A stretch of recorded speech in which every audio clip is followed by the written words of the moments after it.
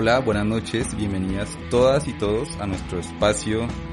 quincenal, un poco retrasado en esta ocasión, de Trinchera Anarquista, un podcast producido y realizado en la ciudad de Bogotá por el grupo libertario Vía Libre, aquí representando a la Secretaría de Comunicaciones. Y en esta ocasión estamos, quien les habla, Sebastián, Luisa. Hoy vamos a hablar sobre Emma Goldman y también algo de la coyuntura en temas de género aquí en Colombia y Latinoamérica. Bienvenidos. Bueno, como es usual en nuestros análisis de actualidad y de coyuntura previos a nuestro tema grueso de este episodio número 3 del podcast, que igual si recién están llegando a escuchar este episodio y no han escuchado los otros dos, les invitamos a buscar Trinchera Anarquista tanto en Spotify como en iVoox. Y bueno, también no olviden, toda esta información igual también está publicada en nuestro sitio web www.grupovialibre.org.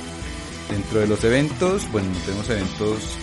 como en lo inmediato, creo que para la próxima semana, ¿cierto, Lisa? Creo que se viene un evento precisamente del Grupo Libertario Vía Libre sobre coyuntura,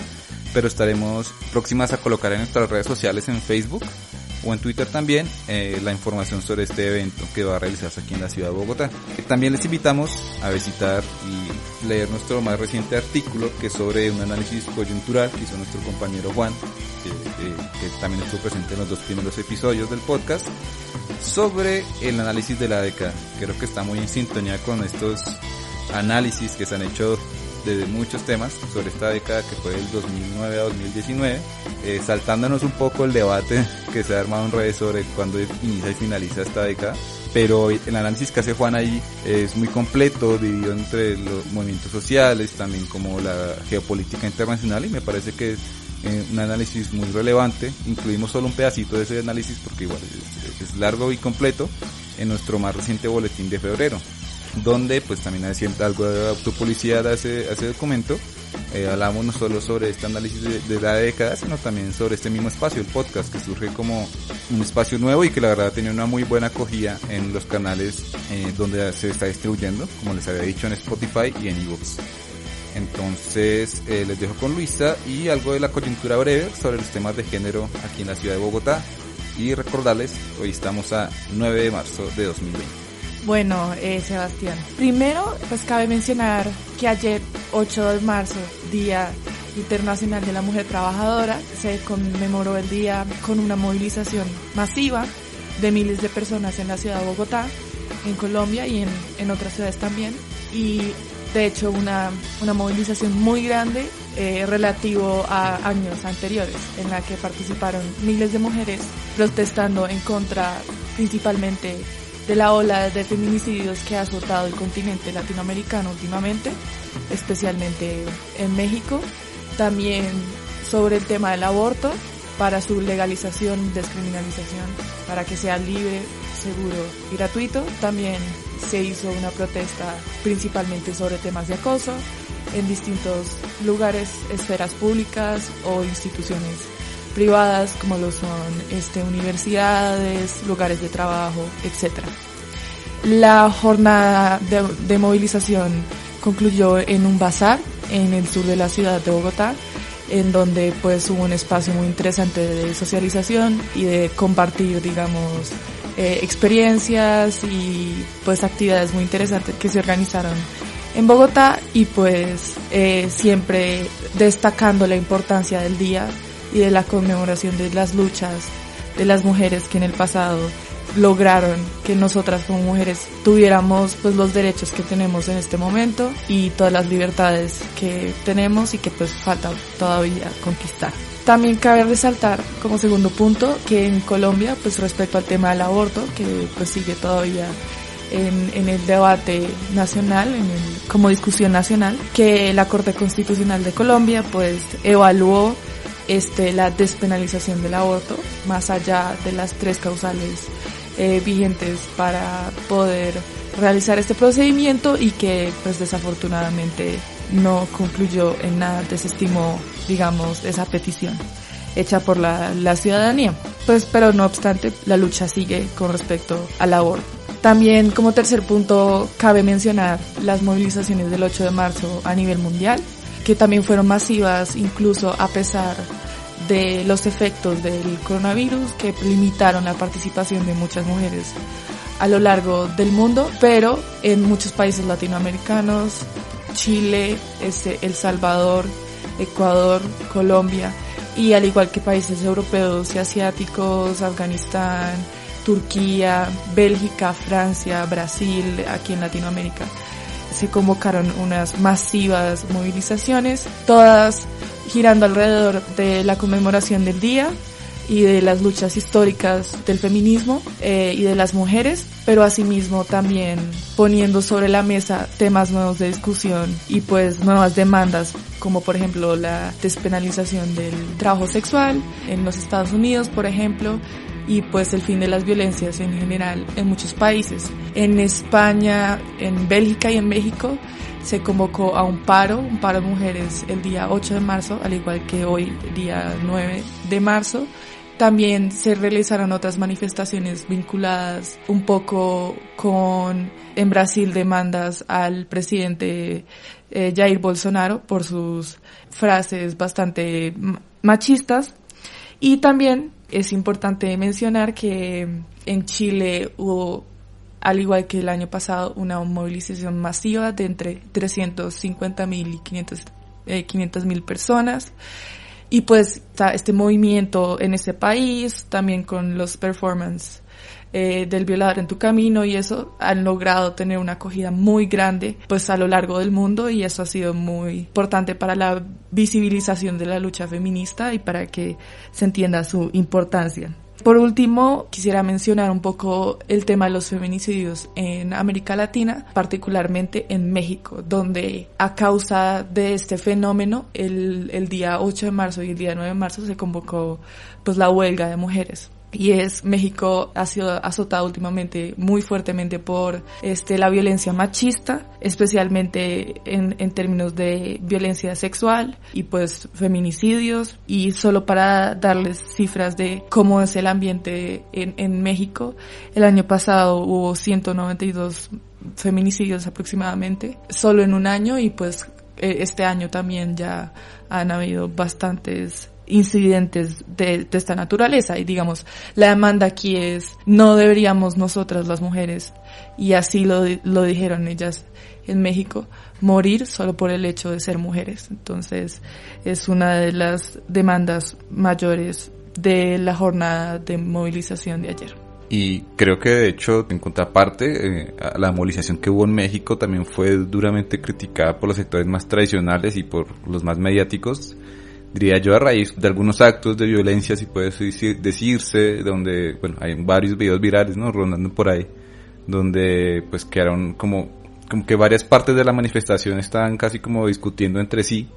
porque unas estaban a favor y en contra del uso de ciertos accionarios de violencia. Sí, y bueno, respecto a ese punto también yo creo que es importante mencionar que aunque las movilizaciones en México estuvieron un poco agitadas, hay una razón de ser detrás de ese agitamiento, y es pues ese crecimiento en la violencia que se ha dado últimamente. Es tan sencillo como decir que no solo se pretende hacer una exigencia formal de que un fenómeno pare de suceder, sino también la protesta en sí y la manifestación en sí es un símbolo y es una muestra pues de rabia, de indignación y de molestia frente a muchos crímenes que continúan aún impunes. Y de hecho aquí en la manifestación que hubo en Bogotá también fue muy mediático, nuevamente haciendo como la prensa tradicional, dando una imagen negativa de las manifestaciones, cuando, como tú bien dices, esta rabia como que ya se desborda por parte de quienes se estaban manifestando ayer. No sé si tú nos puedes contar más sobre de lo que fue esta movilización y estos momentos como tan álgidos que hubo alrededor de cuando la marcha iba pasando alrededor de estaciones de policía, y por qué en específico con las estaciones de policía. Bueno, ese es un punto importante. Básicamente, bueno, una de las consignas que más se gritaron el día de ayer en la movilización fue: el Estado no me cuida, me cuidan mis amigas. ¿Por qué? No solo por, como ya mencioné en el caso de México, crímenes relacionados al género que quedan impunes, sino también porque el Estado y sus instituciones violentan a las mujeres y esos casos también quedan impunes. Cabe recordar el caso de hace aproximadamente un mes de una mujer que por colarse en el sistema masivo de transporte público, el Transmilenio, fue luego llevada por un policía y fue violada. Entonces, y este tipo de crimen no tuvo ninguna pues repercusión seria. Efectivamente la marcha del día de ayer aquí en Bogotá sí pues fue bastante agitada con respecto pues cuando pasábamos por lugares donde había policía, en especial por esos incidentes de complicidad de los policías en ciertos actos de violencia en contra de las mujeres, por el hecho de que ellos mismos cometen esos actos y quedan impunes, y por el hecho de que como institución protegen no los intereses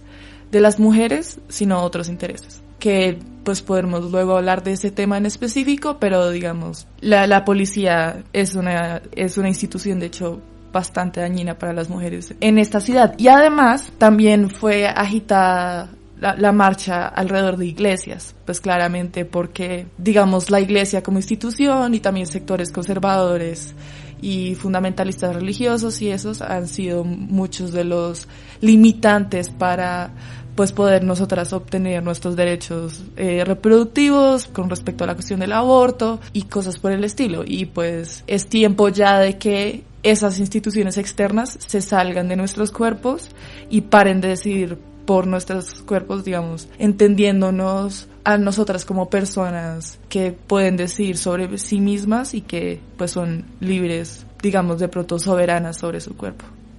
Sí, creo que de hecho, relacionándolo con el tema de hoy, estos sectores como que se identifican tanto a Argentina como acá, como los del pañuelo azul, vienen a representar algo de ese puritanismo del cual criticaba tanto Emma Goldman precisamente. Y de hecho resaltar la participación de los movimientos sociales en cuanto a la organización de estas jornadas como la de ayer, al igual que fue la jornada del 25 de noviembre del año pasado, si recuerdas también fue masiva y terminó con una aglomeración muy grande en la Plaza de la Hoja, donde se abrió una pancarta feminista gigante, realmente muy muy grande. E incluso creo que días antes de la manifestación de ayer, en el clásico de fútbol capitalino acá de Millonarios contra Santa Fe, una grada del estadio también estuvo cubierta por una pancarta feminista que trataba como de reivindicar también el espacio de las mujeres en estos lugares que tradicionalmente siempre han sido cooptados también no solo por hombres, sino en general por una actitud muy machista como estos espacios deportivos. Creo que entonces ya les invitamos nuevamente a ver algunas fotos del registro que se hizo donde el Grupo Libertario de la Libre participó de esta movilización el día de ayer. También algunos videos que ya se han subido, los pueden ver todos en nuestras redes sociales, en Facebook principalmente. Y bien, pasaremos entonces, si quieres ya, Luisa, a hablar del tema que nos convoca hoy, que es hablar de esta figura tan polémica en su tiempo y tan relevante para la construcción del anarquismo a principios del siglo XX y también de muchas ideas del feminismo, cómo se relacionaban con las luchas y los movimientos sociales, como lo fue Emma Goldman.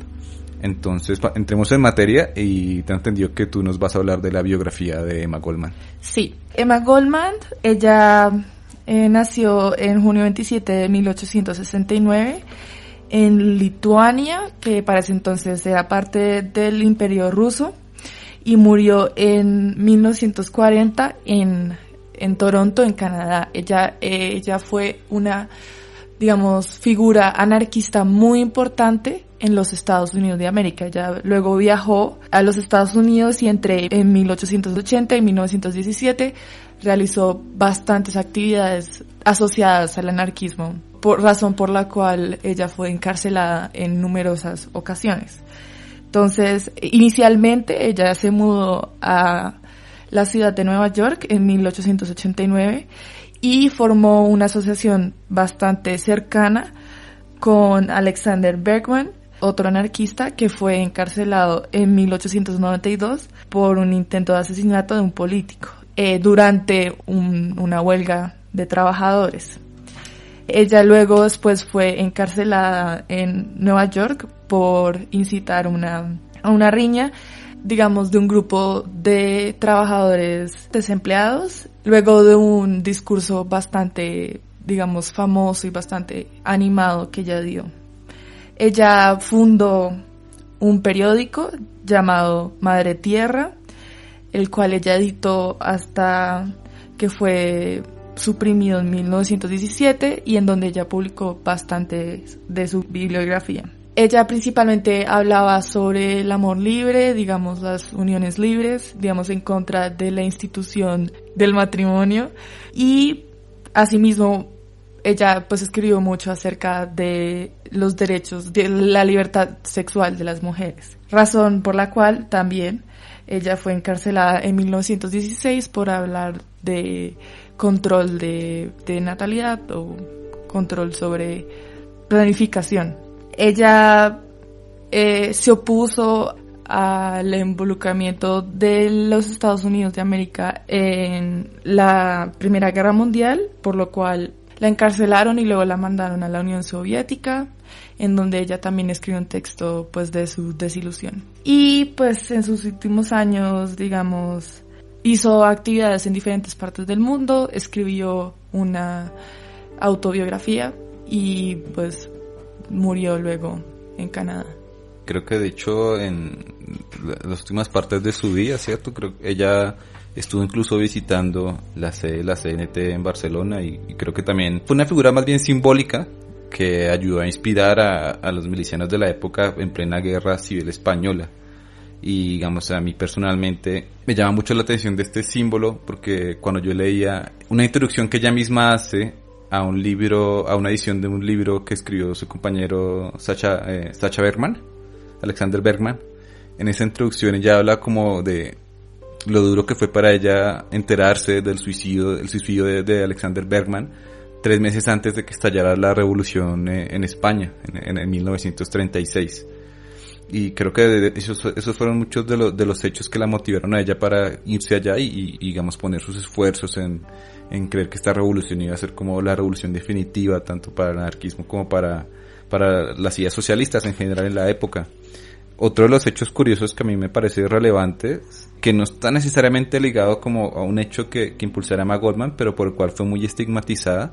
fue el hecho de que en 1901 un hombre conocido como León Solzhenitsyn, aduciendo que había ido a algunos mitines donde hablaba Emma Goldman y también donde hablaba Alexander Bergman, se vio motivado para ir y aprovechar, como decimos acá en Colombia, el papayazo, que fue acercarse al entonces presidente de los Estados Unidos, McKinley, y le disparó y eventualmente este presidente murió. Entonces creo que ese hecho, obviamente matar al presidente de los Estados Unidos fue muy mediático y también puso el ojo de las instituciones represivas sobre Emma Goldman en su momento. Y sobre el anarquismo también. Sí, en general, creo que de hecho acá en Colombia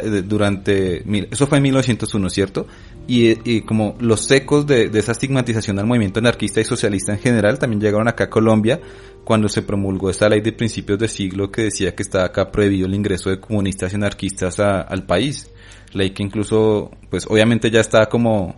obsoleta, pero fue formalmente como eliminada hace tan solo unos pocos años aquí en Colombia. Pasando ya a hablar de la biografía de Emma Goldman, se le reconoce profundamente como también lo fue Jorge Eliezer Gaitán aquí en Colombia, como por estas personas que durante estos discursos públicos fomentaban como grandes emociones en el público al cual les llegaban.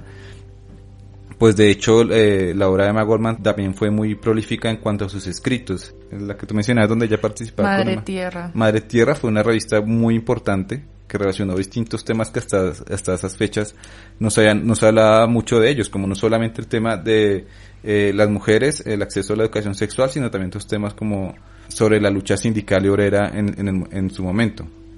Podríamos pasar incluso a hablar ahora de los textos más representativos, que son compilaciones de muchos de los ensayos que ella escribió, uno de los más relevantes que tiene distintas ediciones, una de las que yo tengo acá a la mano, de este libro que se conoce como La Palabra como Arma, que viene a ser una compilación de ensayos. Esto que tengo acá es de la editorial La Malatesta, pero tengo entendido que la editorial de Utopía Libertaria, que es argentina, también tiene una publicación de este libro. Recoge distintos ensayos de Emma Goldman, de distintas épocas de momentos de su vida.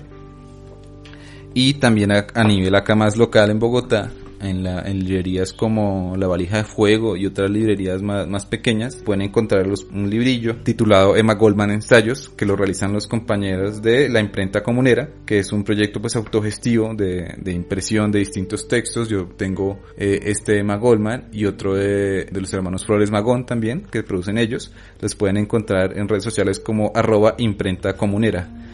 Este librillo de Emma Goldman tiene pues una introducción por quienes lo editan, pero también incluye varios de los ensayos como más icónicos, donde ella habla en específico sobre anarquismo y sexualidad, es uno de ellos. El otro es la hipocresía del puritanismo, y finalmente tenemos el de matrimonio y amor. Personalmente, este formato chiquito de librillo me parece una buena introducción a quienes, digamos, no conocían la obra de Emma Goldman y sus postulados en especial sobre el tema del matrimonio, porque pienso yo que esta institución del matrimonio es la que ella siente en carne propia, que tengo entendido que es la que le motiva a dejar su Lituania natal, ¿cierto? Ella, en el momento en el que sale para Estados Unidos, dice la leyenda, bueno, dice no la leyenda, su propia biografía es que ella sale de Lituania y llega a Nueva York con una máquina de escribir y $5, y huyendo de un matrimonio arreglado que tenía. Claro, esto es una motivación muy personal, y empieza a desentrañar todo lo que implica el matrimonio tan naturalizado que estaba en la época, como esta institución opresora que en realidad viene a subyugar y casi que a convertir a las mujeres en esclavas modernas. De hecho, textualmente dice Emma que las estructuras opresoras de la sociedad patriarcal deben ser combatidas en todos los niveles. La mujer, hoy esclava, debe luchar para adquirir su derecho a la vida y, claro está, ser la dueña de su propio destino.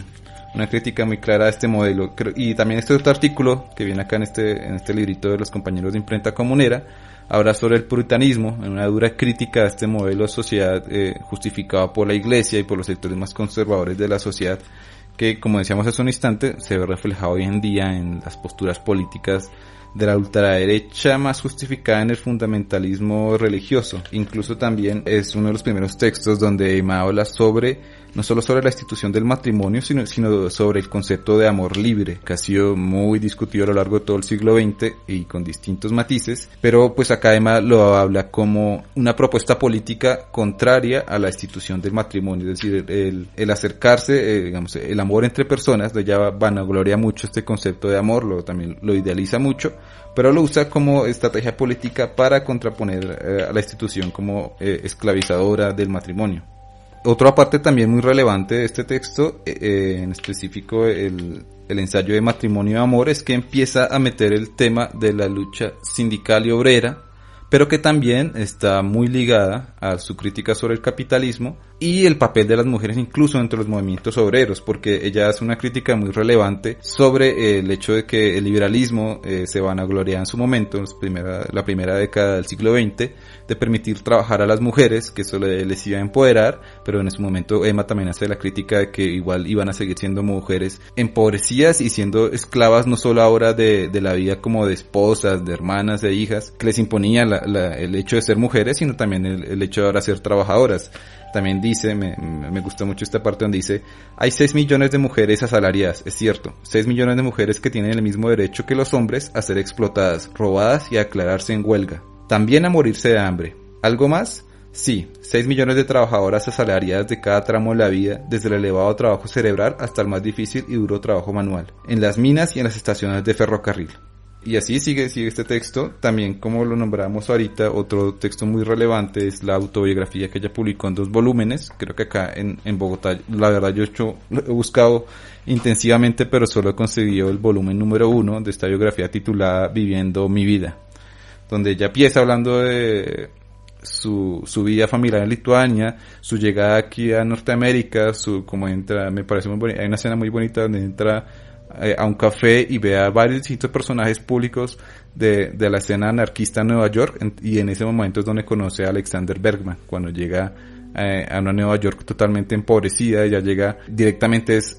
racializada, porque no solo llega como mujer pobre, sino también una mujer de la comunidad judía. De hecho, ya no llega a Nueva York no sabiendo hablar inglés, y muchos de sus primeros escritos o discursos ella los daba en Yiddish, que es como esta lengua basada en el hebreo que se hablaba en la comunidad de Nueva York. Pasando ya de los textos, me parece también relevante hablar de algunos documentales, por lo menos 2 producidos en Estados Unidos. Uno del año 2000 que se llama The Anarchist Guest, o sea, la invitada anarquista, Y el otro, que es de más fácil acceso, producido en 2004 por la PBS, el Sistema Público de Televisión estadounidense, que es dentro de una serie que se llama American Experience, que hablaba sobre la historia norteamericana. También hace un documental titulado Emma Goldman, pueden encontrarlo así en la web. Bueno, ya está acá yo hablando mucho. Con Luisa buscamos análisis modernos que también fueran críticos y analizaran la obra de Emma Goldman, y encontramos este análisis de Claire Hemmings, que se llama Considering Emma Goldman. Consideramos analizar los 2 primeros capítulos, el primero que se llama Women and Revolution y el segundo que se llama Raza e Internacionalismo. Y bueno, y el primero, como tú dices, fue un análisis, si nos quieres comentar, Luisa, es sobre este capítulo que se titulaba Mujeres y Revolución. Sí, yo quisiera empezar de hecho retomando algo que mencionaste, que encontraste en los libritos, y que fue, digamos, el hecho de que, listo, ya hay 6 millones de mujeres asalariadas. ¿Y eso qué significa? Que las mujeres están sujetas al mismo sistema de explotación económica que los hombres. Luego, la cuestión se complejiza cuando empezamos a analizar el rol que tienen las mujeres en la revolución y por qué ese rol no es igual al rol de los hombres, incluso ellas participando también del campo laboral en cierta medida. Y entonces la relación que hay entre la concepción de mujer en Emma Goldman y un poco la idea de revolución. Entonces, para ser más específicos, en la literatura feminista es muy común ver una división teórica y en general en la teoría política, entre la esfera pública y la esfera privada. Entonces, es un concepto que se ha desarrollado, que se ha teorizado mucho y sobre el cual muchos académicos han hablado, y básicamente lo que dicen es que con el paso del tiempo, específicamente el siglo XVIII, el siglo XIX, con el fenómeno de la industrialización y el crecimiento de este capitalismo industrial, el espacio del trabajo se marcó un poco más y se separó un poco más, y empezó a haber una especie de separación clara, que también es una separación material entre este espacio de la fábrica donde se trabaja, y también el espacio de deliberación política, y el espacio de la casa, del hogar, etcétera. Entonces, esa división, digamos, conceptual es muy importante porque en términos de praxis, el feminismo en cierta medida quiere coger esta línea que a veces es un poco ambigua, este límite que es un poco ambiguo, y tratar de eliminarlo, digamos. Feminismos un poco más liberales tratarán de que lo público entre en lo privado, ¿sí? Y de modo que lo público se empiece a legislar sobre las cuestiones que tienen que ver con el hogar, la división de las tareas en el hogar, sobre cuestiones entre las relaciones de hombre y mujer o de las relaciones de las familias, como ya se ha visto últimamente. No obstante, Emma Goldman lo ve de una manera muy distinta y de una manera muy interesante, y es que las mujeres trabajadoras, ella las sitúa exactamente en ese límite entre la esfera pública y la esfera privada, en la medida en que ella entiende el lazo de la dominación y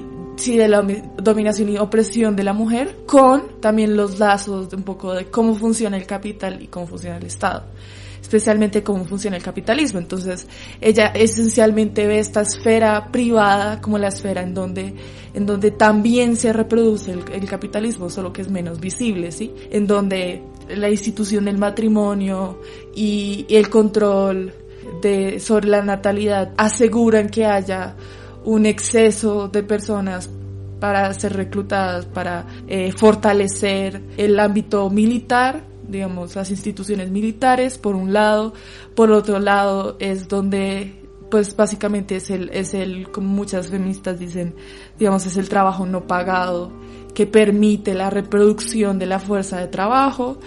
Y pues, y en otros términos también, es el único espacio donde participa la mujer y donde está subordinada a los deseos de su esposo y a los roles que la tienen tan limitada en la sociedad. Y esto es muy importante, de hecho, que ella haya notado la importancia, por ejemplo, del amor libre, por ejemplo, en contra de esta institución del matrimonio, como lo dijo Sebastián, y también un poco lo de la libertad sexual, porque eso va en contra de esos mandatos del Estado y del capital para que se reproduzca. Y además libera a las mujeres, permite que las mujeres decidan pues qué hacer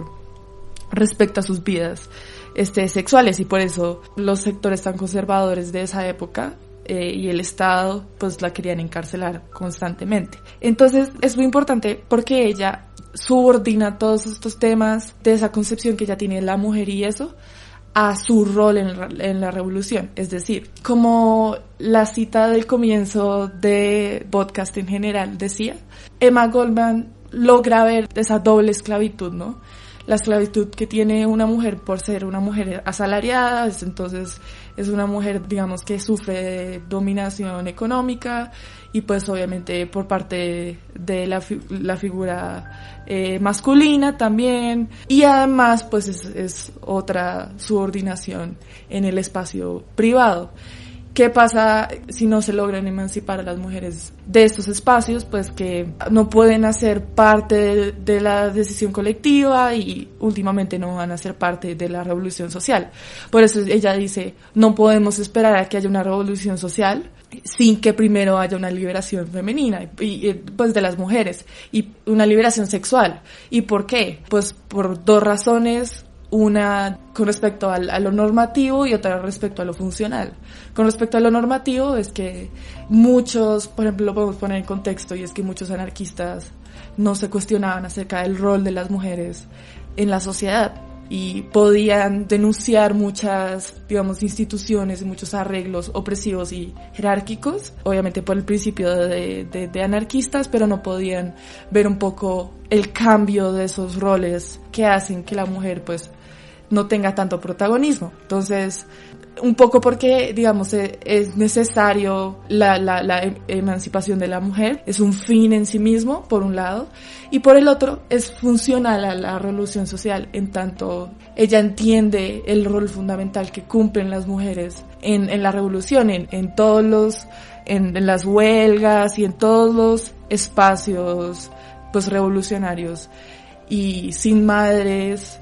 ella dice, sin hermanas, sin madres, sin hijas, que sean libres, no va a haber ninguna revolución, porque ellas no van a ser parte de esa revolución. Entonces es un poco,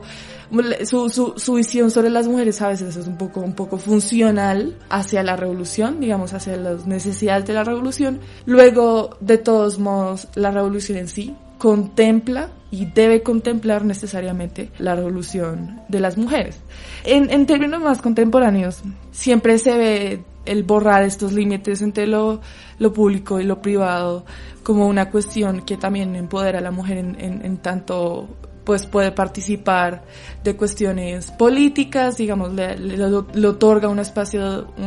de agencia política y un espacio en el Estado. Luego, pues obviamente ella criticaría esta posición y la criticaba en ese momento con respecto pues a las posiciones de las sufragistas, porque pues para ella pues el Estado cooptaba también a las mujeres en ese sentido, digamos que era una lucha importante, pero que por medio del voto no se iba a lograr pues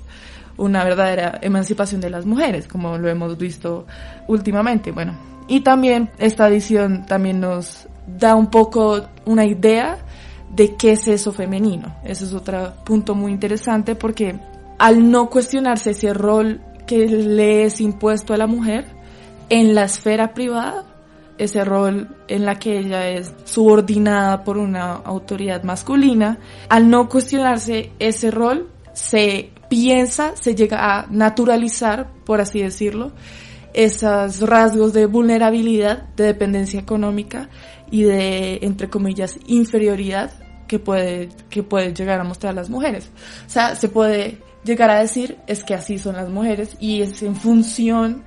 a esos rasgos que tienen esas mujeres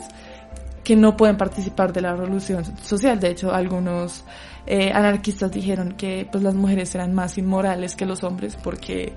pues eran vulnerables y dependientes económicamente. Y Emma Goldman, digamos que reconocía esas características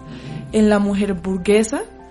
y por eso también criticaba ciertos feminismos que exaltaran esos valores de feminidad que les fueron impuestos a las mujeres, porque exactamente esos valores son las que las ponían como sujetos inferiorizados, dominados, etcétera. Entonces, y también criticaba otros feminismos que alegaban que las mujeres pues tenían mayores capacidades que los hombres, digamos, tipos de feminismos que no son igualitarios, por así decirlo. Y bueno, ese es un poco de la importancia del análisis de la mujer, pero relacionada a este concepto,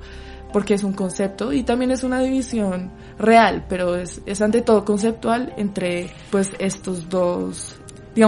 esferas. Por último, yo quisiera como problematizarlo un poco, Sebastián, porque pues aquí la autora tiene una tesis muy interesante y es que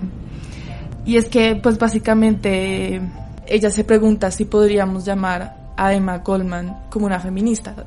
En general se le reconoce a Emma Goldman el rol de una de las madres del feminismo, una de las personas que pues más contribuyó, y eso haciendo un poco historia del feminismo. Luego su postura frente a las mujeres era muy fuerte, frente a las mujeres que voluntariamente accedían a ciertos tipos de feminismos que pues las terminaban inferiorizando también. Entonces ella hace esa problematización que me parece importante hacer, porque la conclusión de esa problematización es ver al feminismo no a partir de las feministas, del sujeto del movimiento, quien participa, quien lo dinamiza, etcétera, sino del contenido de las demandas del feminismo. Entonces, no tanto, del sujeto de qué hace, que no hace, sino del contenido de las demandas. Entonces, por eso, digamos, al comienzo yo dije un poco de que lo importante aquí de Emma Goldman, o no sé si lo mencioné, es que ella contribuye al feminismo, no solo apoyando las corrientes que estaban, digamos, en la época, sino más bien criticándolas, y al hacer, digamos, esa crítica necesaria, pues se expanden los límites de lo posible y lo no posible, y pues se empiezan a problematizar bastantes aspectos, como esos roles de género, como esa institución del matrimonio, y obviamente como el lugar de la mujer en la revolución social. Y ya pasando a otro complemento y también crítica que hace no solo esta autora, sino también a lo largo de la historia después de la muerte de Emma Goldman, distintas autoras que se han dedicado a analizar la obra de Emma, es como, si bien tú remarcabas, Luisa, el análisis que hace Emma Goldman sobre la importancia de ver desde una perspectiva de género, pero también de clase, las luchas sociales. Hay una crítica muy fuerte que se hace a Emma, y es como en el momento en el que ella, digamos, es más una figura política en Estados Unidos, en la primera década del siglo XX, es también un momento en Estados Unidos donde se llevaban a cabo linchamientos, asesinatos, en un país tan profundamente racista incluso desde su misma concepción, y en general de un racismo enfocado obviamente sobre la comunidad afrodescendiente y también la comunidad latina, incluso la comunidad de inmigrantes que venían en China, en el occidente de Estados Unidos, y en específico también una ciudad tan convulsa, tan abierta a la inmigración como lo fue la misma Nueva York, donde llegó Emma Goldman, siendo una inmigrante lituana y judía. Y es que se le critica a Emma el hecho como que a pesar de ser ella muy abierta a hablar en espacios públicos sobre el tema de las mujeres, el tema del racismo casi que parece como invisibilizado en su obra. Muchas autoras le remarcan la idea de como una especie como de ceguera, tal vez selectiva, en su propuesta política. Y en este segundo capítulo, donde se habla del racismo y del internacionalismo, la autora nos comenta como tal vez hay ciertos aspectos de la obra de Emma Goldman que obviamente no se pueden, que la muestran a ella con actitudes algunas veces racistas, e incluso a veces cuando habla de la natalidad, con algunas posturas como eugenésicas, podría considerarse, que eran igual muy comunes en su época, y ella pues es una mujer también de su época.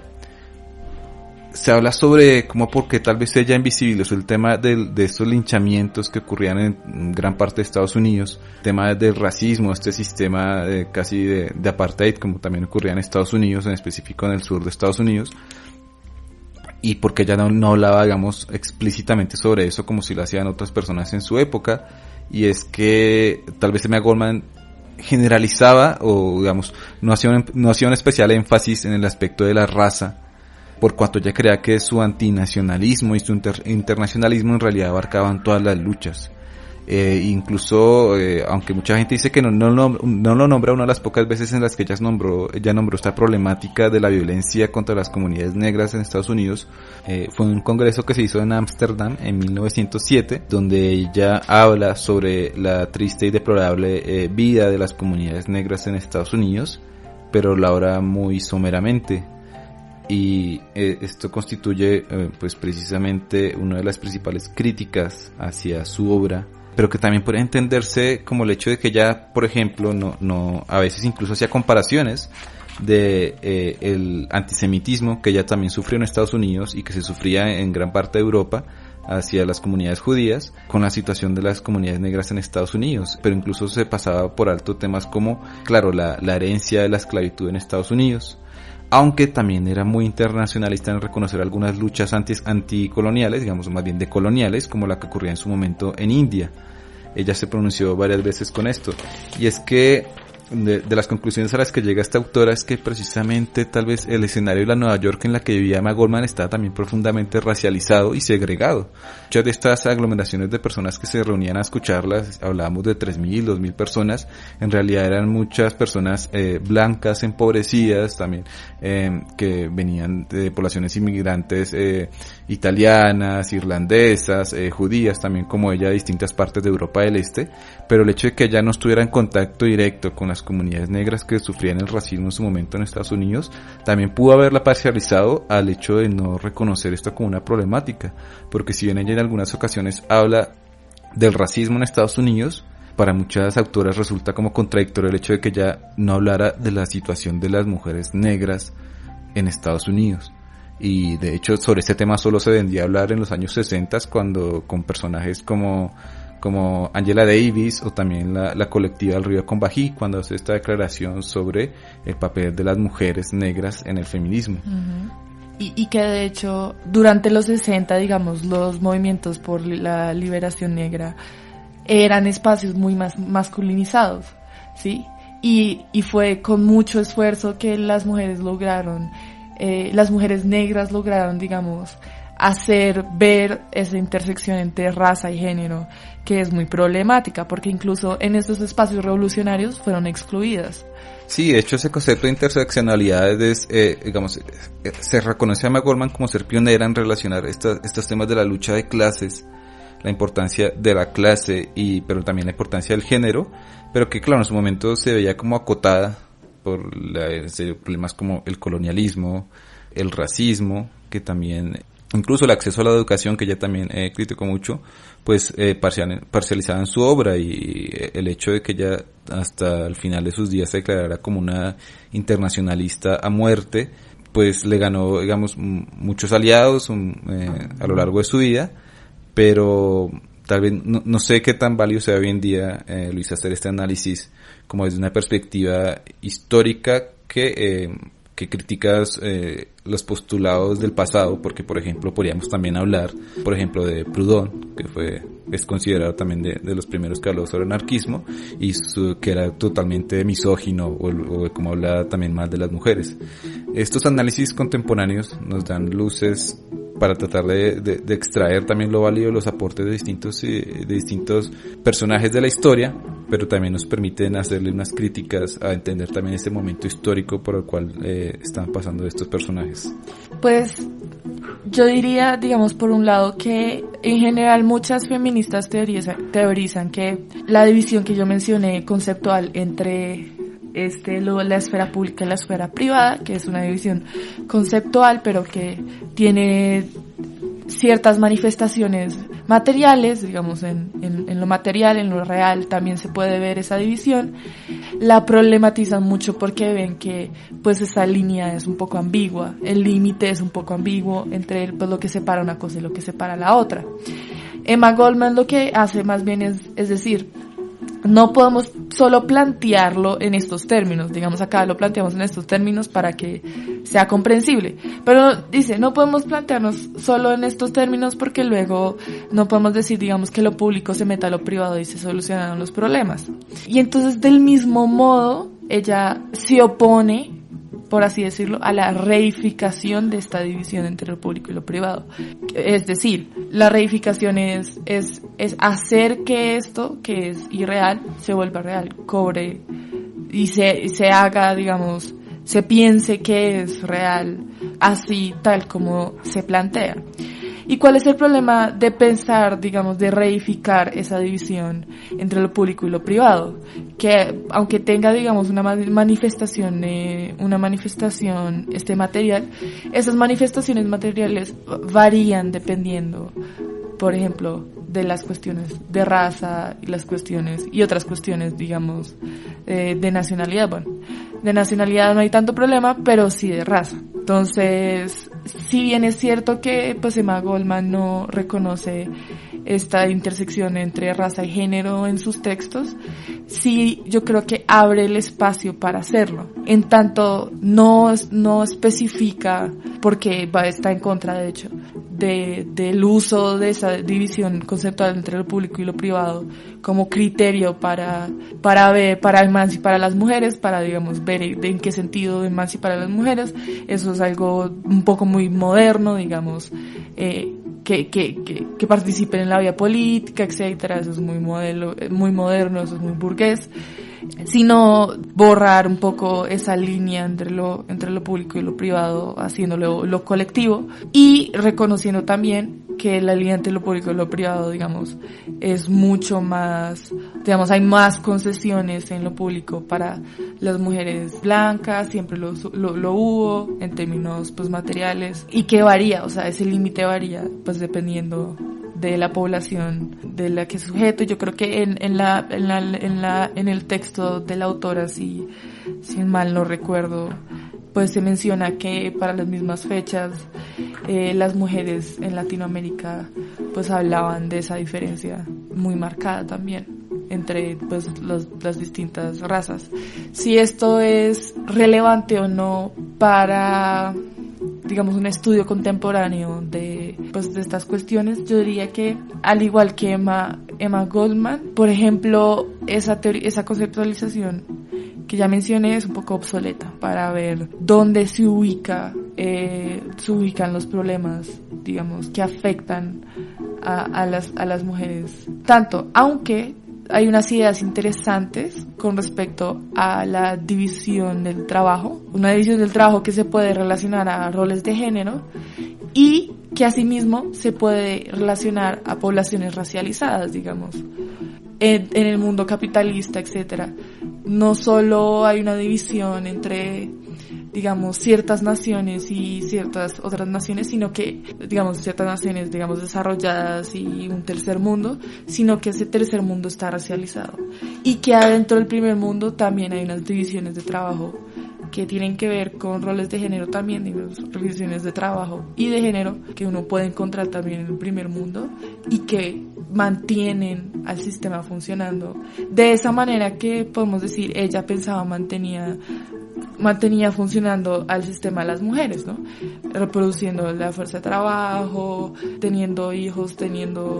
estando subyugada, etcétera, etcétera, de distintas maneras. No, de hecho quería complementar ahí, es que me hiciste acordar como incluso hoy en día hay sectores de la izquierda, incluso acá en Colombia, donde estos análisis como, donde el género adquiere relevancia como una categoría de análisis, incluso siguen siendo obsoletos, así como en este momento podríamos decir que la obra de Emma Goldman no incluye el concepto de raza como una categoría de análisis. Es problemático ejemplos como el que conocíamos este fin de semana a través de una colectiva acá en Bogotá que se llama Rosas Disidentes, que hicieron pública una serie de denuncias de una compañera que fue parte de la Organización Colombiana de Estudiantes, creo, del MOIR, un partido político acá en la ciudad de Bogotá, donde ella escaló unas denuncias de acoso por parte de un compañero de su organización, y la respuesta de algunas personas de su propio partido político fue decirle, compañera, aquí somos primero comunistas antes que feministas, ¿sí? E incluso como también en otros espacios de lucha, yo por ejemplo que hago parte de otras luchas internacionalistas, he escuchado mensajes que nos dicen como primero deberían enfocarse ustedes en la lucha por Palestina y Kurdistán antes que por la lucha esa del feminismo. Nos han dicho, pero pues personas que uno justificaría como no, es que ya son mayores, se quedaron en los años 70, pero pues creo que son ejemplos claros de cómo esta interseccionalidad que nos proponía Emma Goldman como en algunas partes de la izquierda sigue siendo obsoleta. Pasemos ya como al final de este podcast, agradeciendo la presencia de quienes nos han sintonizado en estos ya 3 episodios. Llegamos como una especie de conclusiones o de invitaciones o reflexiones sobre la obra de Emma Goldman. A mí me parece muy importante y muy bonito un texto que ella escribió en julio de 1908 titulado ¿En qué creo? Primero, un análisis de contestación respecto a la figura demonizada, o sea, la figura negativa que de ella hacían los medios en su momento, tildándola de bruja, etcétera, etcétera, etcétera, haciendo mofa incluso hasta de su apariencia física. Y ella responde en que creo con una serie de apartes sobre donde justifica cuáles son sus creencias y el porqué de las mismas. Incluso me parece un análisis muy bonito donde cada quien de los que decimos hacer parte de la lucha social deberíamos en algún momento, o sea, hacer un alto en el camino y pensar y exponer en qué creemos y por qué creemos. En este análisis, en este ensayo que es de los últimos de esta obra de La palabra como arma, ella habla sobre, por ejemplo, respecto a la propiedad, respecto al gobierno, respecto al militarismo, como bien tú decías, Luisa, que ya criticó la participación de Estados Unidos en general de la Primera Guerra Mundial. También respecto a la libertad de expresión y de prensa, a la iglesia, al matrimonio y al amor. Y sobre esta parte de la libertad de prensa quisiera hablar porque resulta irónico que Emma Goldman fue de las pioneras en hablar sobre la libertad de expresión, más allá de la regulación misma que da el Estado. Y hoy en día muchos movimientos liberaloides, o de los que se hacen como llamar libertarianos, e incluso movimientos neofascistas, se anclan en la defensa de esta libertad de expresión para promover su discurso de odio. En su momento Emma Goldman decía: creo que la libertad de expresión y prensa viene a significar que yo pueda decir y escribir lo que me plazca. Este derecho, cuando queda regulado por los principios constitucionales, los decretos legislativos, la decisión del todopoderoso director general de correos o las cachiporras de la policía, se convierten en una farsa. Soy consciente que se me advertirá de las consecuencias de eliminar las cadenas a la expresión y prensa. Creo, sin embargo, que el remedio frente a las consecuencias que resulten de un ejercicio sin límites de expresión es permitir una mayor libertad de expresión. Y bueno, lo problemático es que estas expresiones como de neofascismo hoy en día argumentan el derecho de poder expresarse simplemente bajo este derecho, transformando su discurso de odio en lo que ellos llamarían como un derecho. Y me parece también muy importante citar acá la obra de Mark Bray, en un libro que él llama Antifa, el manual antifascista, donde se habla haciendo una fuerte crítica a este concepto de la libertad de expresión cuando es como tergiversado o utilizado por las fuerzas de derecha. Dice Mark, por ejemplo: en mi opinión, negar cualquier tribuna a los fascistas atenta a menudo contra su derecho a expresarse libremente, pero está justificado por su importancia en la lucha política contra el fascismo. Creo que es una de las reflexiones, por lo menos que a mí me queda, de cómo en su momento Emma Goldman luchó por la libertad de expresión, porque ella muchas veces era callada y muchas veces de hecho fue encarcelada por hablar a las mujeres sobre cómo acceder a métodos anticonceptivos y otras formas también de cuidar su vida sexual y reproductiva. Sí, y yo diría respecto a ese punto también que es muy interesante siempre cuando uno analiza la cuestión de la libertad de expresión, contextualizarla y ver qué actores dicen qué cosas y por qué lo dicen, digamos. En el libro que Sebastián acaba de leer se dice, digamos, ese límite de la libertad de expresión está justificado en tanto es en contra, digamos, es la lucha en contra del fascismo y si nosotros lo ponemos en perspectiva del mismo modo en los tiempos de Emma Goldman, pues para el Estado seguramente estaba justificado porque era en contra de la subversión o del anarquismo, digamos, que eventualmente pues podía lograr una revolución social y cambiar el estado de cosas, el status quo. Eso por un lado, digamos, y uno entiende, digamos, para a veces también caer en el, no, pues digamos, cada uno cree que es justificado si es en contra de algo, pues veamos qué es ese algo, ¿sí? ¿Qué es el fascismo, digamos? ¿Cómo nos afecta a nosotros todos? Es algo, y para ver ahí cómo pues funciona un poco la libertad de opinión. Y además, y de expresión, y además es que algo muy interesante que yo he pensado es, los límites a veces también son distintos, ¿sabes? También hablar de dónde proviene, quién limita la libertad es importante, ¿sí? Limita esas libertades de expresión, esas plataformas de expresión que utilizan los neonazis en Estados Unidos y la extrema derecha de Estados Unidos. ¿Quién los limita? Los limita los y las antifascistas que se organizan, etcétera, para proteger a las comunidades vulnerables, por ejemplo, a los judíos que han sido pues vulnerables y a los musulmanes también han sido pues muy vulnerables a estos ataques. Mientras, si ponemos el contraste del otro lado, es el Estado quien pone ese límite, ¿sí? Y hay una diferencia muy grande entre los intereses de las comunidades y los intereses del Estado, ¿sí? Los intereses de la comunidad es en defensa de las minorías y los intereses del Estado en defensa pues, del status quo. Entonces, eso con respecto a lo de pues libertad de expresión, y pues a mí sí me parece súper importante mencionar que, digamos, algo que por ejemplo a mí personalmente me queda de Emma Goldman es esa capacidad de problematizar ciertos aspectos de la vida que se dan por sentado, que se naturalizan mucho, que se normalizan mucho. Ciertos aspectos del carácter de las mujeres, de cómo son socializadas, etcétera. Y también un poco ver, obviamente, la intersección entre clase y género, pero especialmente, digamos, el rol de las mujeres en la reproducción del capitalismo y cuál es la relación entre mujeres y capital, y digamos cómo podemos llamar esto una doble explotación, una doble esclavitud, etcétera. Es una reflexión que es pertinente todavía para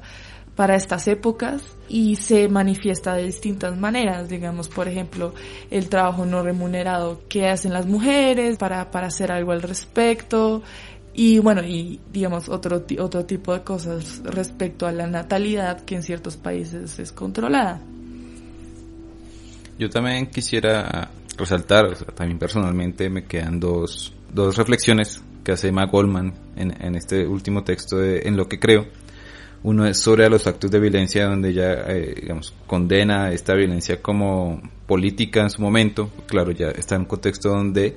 precisamente como tú decías al principio, Alexander Bergman fue encarcelado por precisamente uno de estos actos como de propaganda por el hecho, y que acá Emma Goldman, por ejemplo, tiene una frase muy bonita que dice: creo que el anarquismo es la única filosofía de paz, la única teoría de las relaciones sociales que valora la vida humana por encima de todo lo demás. También desmarcándose un poquito del estigma que estaban haciendo las fuerzas de seguridad del Estado detrás de ella, como si ella fuera la que organizara muchos de estos actos violentos, cosa que nunca fue cierta. También otra cita muy bonita con la que quisiera terminar acá mi intervención acá en este episodio del podcast es sobre la concepción que tenía también Emma Goldman de la organización.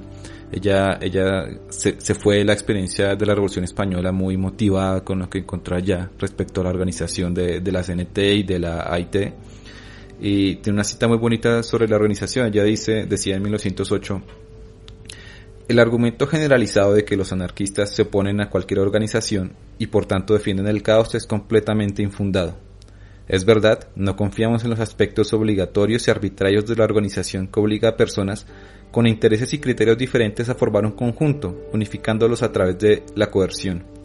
Una organización como consecuencia de la mezcla natural de intereses comunes, creada a través de la unión voluntaria, no solo es contraria a los anarquistas, sino que creen en ella como la única base posible para la vida social. Y bien, con esta última cita terminamos este episodio sobre Emma Goldman y también las luchas de género en la actualidad en Latinoamérica. Les esperamos dentro de 2 semanas con nuestro 4º episodio de este podcast titulado Trinchera Anarquista.